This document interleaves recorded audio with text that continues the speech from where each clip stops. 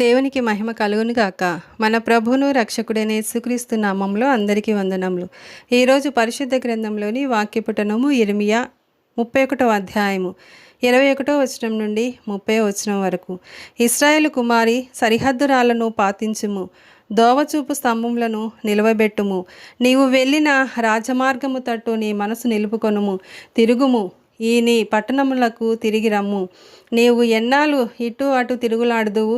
విశ్వాసఘాతకురాలా, యెహోవా నీ దేశంలో నూతనమైన కార్యము జరిగించుచున్నాడు. స్త్రీ పురుషుని ఆవరించును. ఇశ్రాయేలు దేవుడును సైన్యములకు అధిపతియునగు యెహోవా ఇలాగు సెలవిచ్చుచున్నాడు. చెరలో నుండి నేను వారిని తిరిగి రప్పించిన తరువాత యూదా దేశంలోను దాని పట్టణములలోను జనులు, నీతి క్షేత్రమా, ప్రతిష్ఠిత పర్వతమా, యెహోవా నిన్ను ఆశీర్వదించును గాక అను మాట ఇకను వాడుకొందురు.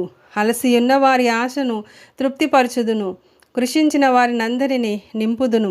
కావున సేద్యము చేయు వారేమి, మందలతో తిరుగులాడు వారేమి, యూదా వారందరూ పట్టణస్థులందరూ వారి దేశంలో కాపురముందురు. అంతలో నేను మేలుకొని ఆలోచింపగా నా నిద్ర బహు వినోదమాయెను. యెహోవా వాక్కు ఇదే. ఇశ్రాయేలు క్షేత్రములోను యూదా క్షేత్రములోను నరబీజమును మృగబీజమును నేను చల్లు దినములు వచ్చుచున్నవి. వారిని పెళ్లగించుటకును, విరగగొట్టుటకును, పడద్రోయుటకును, నాశనము చేయుటకును, హింసించుటకును నేనెలాగు కనిపెట్టి యుంటినో అలాగే వారిని స్థాపించుటకును, నాటుటకును కనిపెట్టియుందును. ఇదే యెహోవా వాక్కు. ఆ దినములలో తండ్రులు ద్రాక్షకాయలు తినగా పిల్లల పళ్ళు పులిసెనను మాట వాడుకొనరు.